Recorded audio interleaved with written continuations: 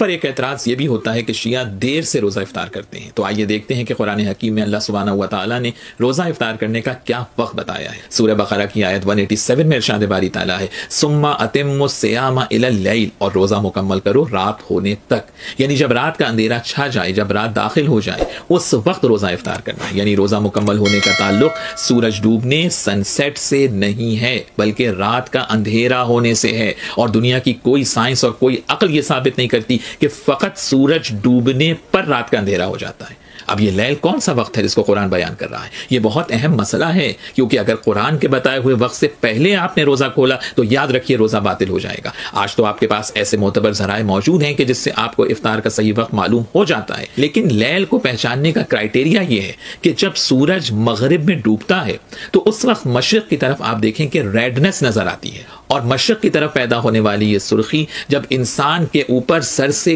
گزر جائے اس وقت رات کا اندھیرا چاہتا ہے۔ اور یہ جو فرق ہے ہمارے اور دیگر مسلمانوں کے افطار کے وقت میں، تو یہ اسی وجہ سے ہے کہ ہم اس لیل کے ہونے کا انتظار کرتے ہیں جو قرآن نے روزہ مکمل کرنے کا وقت بتایا ہے۔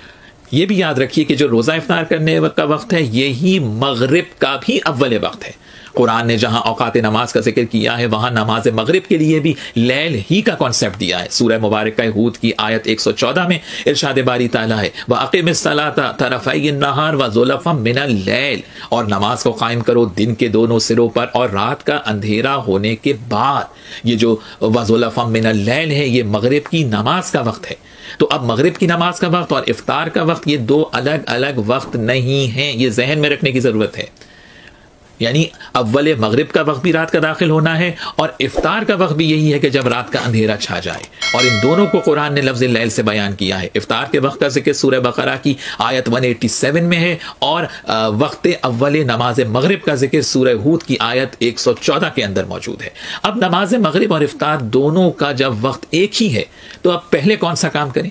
تو پہلے افطار کر کے آپ پھر نماز مغرب پڑھ سکتے ہیں، مگر سب سے بیسٹ یہ ہے کہ پہلے نماز مغرب پڑھیں اور اس کے بعد روزہ افطار کریں۔ میں نے بتا دیا یہ ڈیلے 25 سے 30 منٹ کا ڈیلے ہے، 8 سے 10 منٹ کا ڈیلے کوئی ایشو نہیں ہے۔ اور اس کو سائملٹینیس کنٹراسٹ جو ہے حدیث وہ جو یہ چھپاتے ہیں، یہ چوتھی حدیث سن لیں، یہ آج آپ لے جائیں تحفہ، اس کے بعد انشاءاللہ کوئی احتیاط والے معاملے میں مسئلہ نہیں کرے گا۔ یہ چوتھی حدیث بھی حق 4 کتابوں میں، 3 مین سٹریم کی کتابیں، صحیح ابن حبان میں 7491، شعیب ارنوت نے صحیح کہا، صحیح ابن خزیمہ میں 1986، شیخ آزمی نے صحیح کہا، المستدرک للحاکم میں 1518، امام حاکم نے امام مسلم کی شرط پہ صحیح کہا، اور چوتھی کتاب صحیح الترغیب والترہیب میں شیخ البانی نے صحیح کہا 1005۔ یہ 4 وہی حوالے ہیں جو چاروں حدیث کے حوالے تھے، ٹھیک ہے۔ اور چاروں وہ بھی ویسے آپ کرنا بڑا مشکل ہے کیونکہ اس میں تو پتہ چل گیا نا کون سا ڈیلے حرام ہے جب تارے نکل آئے، 25-30 منٹ کا ڈیلے۔ اور یہ جو حدیث میں بیان کر رہا ہوں جس کا حوالہ دیا، یہ بہت خطرناک الفاظ ہیں اس میں۔ آپ صلی اللہ علیہ وآلہ وسلم کو ایک خواب دکھایا گیا، آپ کو اکثر خواب کے ذریعے وحی بھی ہوتی تھی، نبیوں کے خواب سچے ہوتے ہیں۔ آپ صلی اللہ علیہ وآلہ وسلم نے فرمایا میں نے خواب میں دیکھا کہ 2 فرشتے میرے ساتھ ہیں اور مجھے کسی ایسی جگہ پر لے گئے ہیں جہاں پر لوگوں کی چیخو پکار کی آواز آ رہی ہے۔ میں نے پوچھا یہ کون لوگ ہیں؟ تو بتایا گیا یہ دوزخیوں کو عذاب ہو رہا ہے۔ پھر کہتے ہیں کہ میں تھوڑا آگے جب گیا تو ایک پہاڑی آئی، اس پہاڑی پر چلنا میرے لیے دشوار ہو گیا، تو 2 فرشتوں نے میری مدد کی تو میں اس پہاڑی کو کراس کرنے میں کامیاب ہو گیا۔ پھر میں نے وہاں پر کچھ لوگ دیکھے جو الٹے لٹکے ہوئے تھے، اپنے پاؤں کے ساتھ، پونچوں کے ساتھ الٹے لٹکے ہوئے تھے، اور ان کی باچھیں چری ہوئی تھیں اور اس میں سے مسلسل خون بہ رہا تھا۔ میں نے پوچھا کہ یہ کون لوگ ہیں؟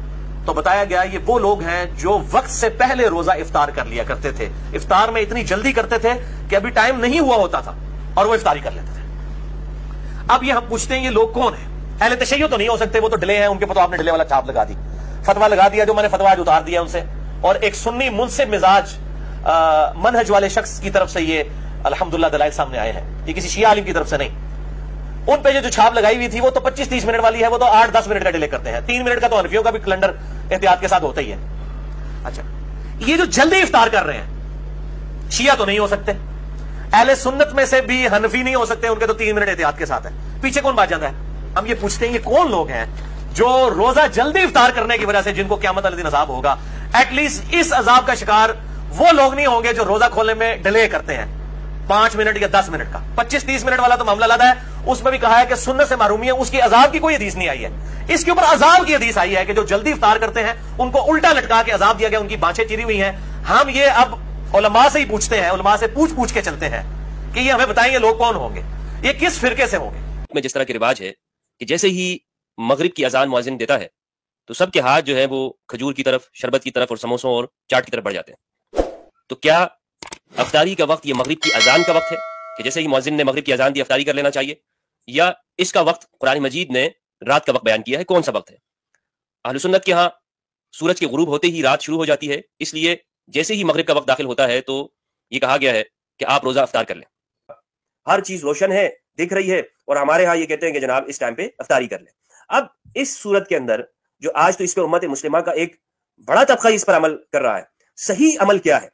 صحیح عمل یہ ہے کہ ہمارے یہاں جو یہ اذانیں دی جاتی ہیں اس میں آپ دیکھیں کہ جو کچھ اہل حدیث حضرات وہ رمضان میں اس کو اور جلدی کر دیتے ہیں، اور جلدی کہ اس آیت کے اوپر عمل ہو جائے، لوگوں کے روزے خراب کرتے ہیں. اور لوگ بس یہ اذان سنی، جناب اذان ہوئی اور فوراً کھجور منہ اور پانی. تو یہ طریقہ صحیح نہیں ہے. انتظار کریں کہ رات داخل ہو جائے. اپنے آپ سے ہمیں شریعت سے آگے نہیں بڑھنا چاہیے. قرآن مجید میں جب رات کا لفظ ہے تو رات کو ہی کرنا چاہیے، رات کو ہی پھر افطاری جو ہے ہونی چاہیے. اس طرح شروع میں فرمایا احل لکم لیلۃ الصیام الرفث، کہ روزوں کی راتوں میں ہم نے آپ کے لیے رفث، بیگمات کے پاس جانے کو حلال قرار دے دیا ہے. وہاں پہ تو کوئی یہ نہیں کہتا کہ جی منہ میں کھجور رکھی اور جو ہے وہ بیگم کے پاس چلے گئے. وہاں پہ رات کا معنی کیا ہے؟ ہر ایک یہ سمجھ رہا ہے کہ رات سے مراد وہ رات ہے، لیکن یہاں اتموا الصیام الی اللیل کے اندر آ کے وہ کہتے ہیں نہیں، رات سے مراد یہاں پہ مغرب ہے، مغرب کی سورج غروب ہوا اور بس یہاں پہ جو ہے اب وہ افطاری کر لی. تو درست یہ ہے شیعہ سنی اس اختلاف کے اندر کہ بہتر طریقہ یہ ہے کہ ہم انتظار کریں، جب یہ سرخی ارد گرد میں یہ غائب ہو جائے تب ہی ہمیں افطار کرنی چاہیے. اور یہی درست طریقہ ہے، اور جس میں ہمارے یہ بھائی شیعہ اس پر عمل کرتے ہیں، یہ قرآن مجید کی آیت کے پر عمل کرتے ہیں. اور ہم یہ جو وہ صرف اس کے اندر آ کے تو اس پہ تو شیعہ 10 وہ تو مسلمانوں سے الگ افطار کر رہے ہوتے ہیں. ہمارا یہ کانسیپٹ بن گیا ہے شیعوں کی اذان الگ ہے، ان کی افطاری الگ ہے، ان کی سحری الگ ہے. ارے بھائیو، اگر کوئی قرآن پہ عمل کر رہا ہے تو آپ سے الگ تو نہ ہوا، آپ ان سے الگ ہو گئے، قرآن سے الگ ہو گئے. آپ کو قرآن مجید سمجھنا چاہیے تھا، لیکن آپ نے اپنی انا کا مسئلہ بنا لیا کہ نہیں اب وہ کرتے ہیں تو ہم نے تو قرآن پہ عمل نہیں کرنا، ہم کیسے قرآن پہ عمل کریں. تو درست بات یہ ہے کہ انتظار کرنا چاہیے، اور اتنا انتظار میں کچھ نہیں ہوتا. آپ نے 8 گھنٹے انتظار کیا ہے، 7 گھنٹے انتظار کیا ہے، تو آپ 10 منٹ 12 منٹ اور انتظار کر لیں اور ایک ساتھ روزہ کھولے. امت کے اندر ایک اتفاق بھی ہوگا اور قرآن مجید کی طرف بھی ہم قریب میں آئیں گے.